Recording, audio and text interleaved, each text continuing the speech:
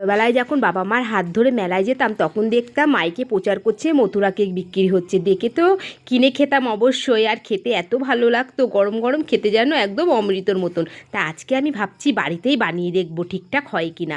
এখানে আমি 2 চামচ চিনি নিয়েছি, চিনির পরিমাণটা আপনারা বাড়াতেও পারেন। আর এখানে দিয়েছি 1 চামচের কম ইস্ট। তারপরে কিন্তু আমি ভিজোতে রেখেছিলাম যতক্ষণ না ইস্টটা আমার গলে যায়।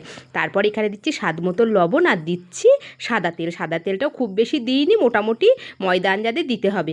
আচ্ছা, এইবার আমি একটু মোটামুটি করে মেখে ঢাকা দিয়ে ধুয়ে দিয়েছি। দেখছি ময়দাটা ফুলে একদম ট্যাপা হয়ে গেছে। আমাকে আবারও হাত দিয়ে ভালো করে মাখামাখি করতে হবে, কারণ ভেতরের যে হাওয়াটা আছে সেটা কিন্তু আমাকে বের করে দিতে হবে। তারপরে আমি একটা রুটির মতন বেলে নিয়েছি, আর ছোটো গ্লাসের সাহায্যে আমি আবারও লুচির মতন একটা গোল করে নিচ্ছি। তারপরে জলের যে মুটকি হয় তার মুটকি দিয়ে মাঝখানটায় আমি আরেকটু ফুটো করে নিচ্ছি। এইবার কিন্তু গরম তেলে ভেজে নিলেই রেডি হয়ে গেল আমার মথুরা কেক। দেখেছেন কি সুন্দর হয়েছে, খেতে কিন্তু অসাধারণ হয়েছে। আমি ভাজতে ভাজতেই 4-5টা খেয়ে নিয়েছি। ভেতরটা দেখুন কি সুন্দর হয়েছে।